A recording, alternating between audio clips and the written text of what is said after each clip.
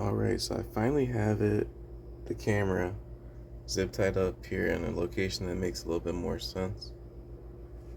And what's even more interesting is the view. Check that out. Perfect.